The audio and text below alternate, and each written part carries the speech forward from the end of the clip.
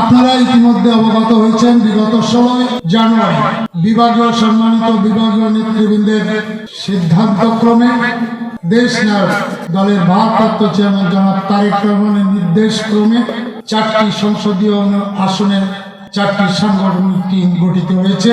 সেই টিমে 3 নম্বর এই সংসদীয় আসন 3-এর আমি আহ্বায়ক হিসাবে আমাকে দায়িত্ব দিয়েছে।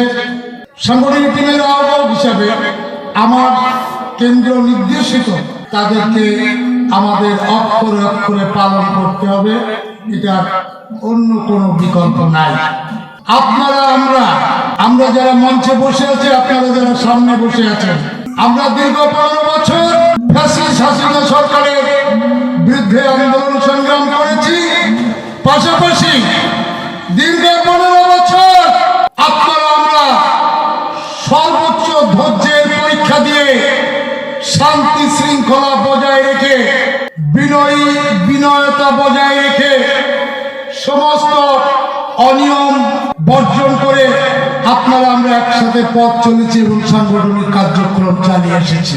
ভবিষ্যতে ওই একই ধারাবাহিকতায় আমাদের কার্যক্রম চালিয়ে যেতে হবে।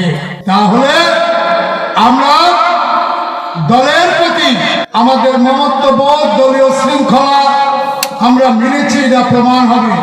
আমরা প্রমাণ করতে চাই দলের ভারপ্রাপ্ত চেয়ারম্যান জনাব তারেক রহমান যেভাবে দলকে সুসংগঠিত করার জন্য আমাদেরকে নির্দেশ দিয়েছেন, সেইটা আমরা পালন করেছি, এটা প্রমাণ হবে। এটা আমরা প্রমাণ করতে চাই না? সবাই একটু হাত তুলে বলেন আমরা প্রমাণ করতে চাই। আমরা কোনো বিশৃঙ্খলায় বিশ্বাসী না। আমাদের মধ্যে যদি কেউ বিশৃঙ্খলা করার চেষ্টা করেন, আমাদের মধ্যে বলতে আমরা যারা এখানে বসে আছি শুধু তারা নয়, আমরা যারা বিএনপি করি সবাই, এখানে যারা আছেন, অন্য জায়গায় যেখানে আছেন, জেলার যেখানে যে আছেন, সবার জন্য এই বিশৃঙ্খলাকারীদের ভারপ্রাপ্ত চেয়ারম্যানের নির্দেশে তাদের ঠাঁই হবে না।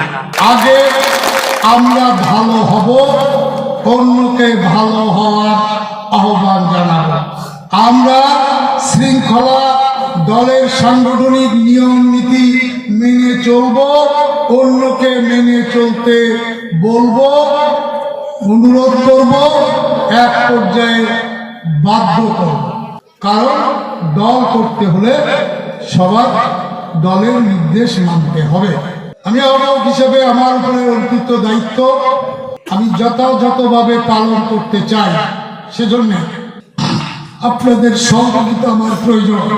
আপনারা আমাকে সহযোগিতা করবেন, ইনশাআল্লাহ দলের ভাবমূর্তি বজায় থাকবে, আপনাদের ভাবমূর্তি বজায় থাকবে, আপনাদের সম্মান বজায় থাকবে, আপনাদের ব্যক্তিত্ব বজায় থাকবে, এই আশা করছি।